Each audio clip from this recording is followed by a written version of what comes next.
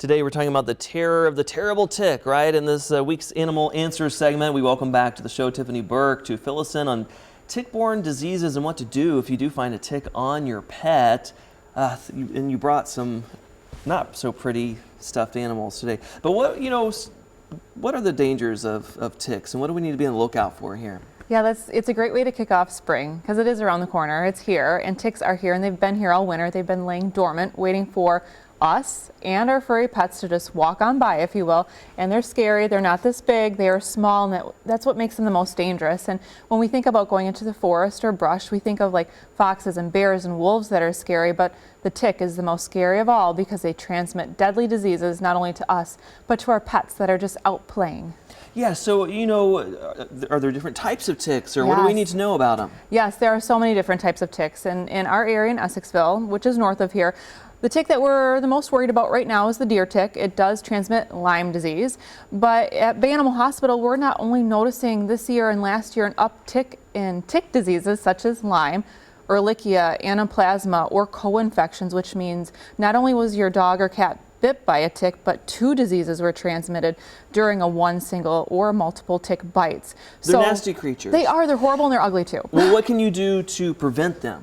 Okay, it's a great question. Your cats and dogs both need prevention. Even if they just go out in your backyard just to use the bathroom, or your cat resides inside and only goes out a couple of times, they need monthly or every 30-day chewable or topical flea and tick prevention. If you're going into an area or sporting with your dog, they should use like a collar called Seresto as a repellent, because some tick diseases such as Ehrlichia can transmit as soon as 3 to 6 hours, which not all of our chewables can cover. So we want to do by coverage protection, daily tick checks, and if you are going into an area camping or you live somewhere where there's brush, check them out. Okay, keep that in mind. Okay, so Yes. let's say though you find a tick on your beloved pet. What do you do?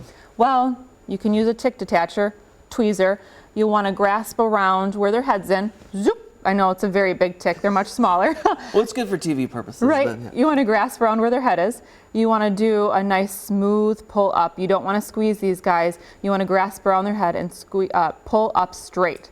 And once the tick is out, you'll want to clean the area, okay, very well, and immediately call your veterinary office, because we as your veterinary staff want to screen them for tick diseases, but that doesn't fall until 6 weeks after the tick bite, okay? A lot to consider here. It is, goodness, yes. Yeah, so, and I know sometimes those ticks can be a little stubborn. As always, you can take your animal to the vet, right? 'Cause oh, yes. I'm sure you pull out your fair share. We do. So if you're afraid that you might take out your tick in an inappropriate way and you want the professional to do it, call your veterinary office, call Bay Animal Hospital. We're more than happy to do that for you. And if you haven't already gotten your pet set up on their monthly prevention, call today. Well, and just to reiterate quickly before we let you go, again, Yes. even if your pet only goes out for Yes. a minute or two at a time, it can happen. Yes, these ticks, they'll stand on like little branches of grass, if you will, and they're questing with their arms, waiting for They're waiting. They're waiting. Saying, with their "Come arms here. open. Yeah. Come here." Yeah. So Yes. bottom line, prevention is key. It is. And what symptoms too should you look out for? Great question. Not all animals will display symptoms of tick-borne disease, but the most common are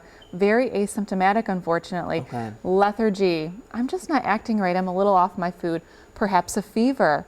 So it's not always in your face. Yeah, shifting leg lameness. If your animal suddenly comes in and they're holding one paw up one day and the other paw the next day, or they're suddenly starting to bleed.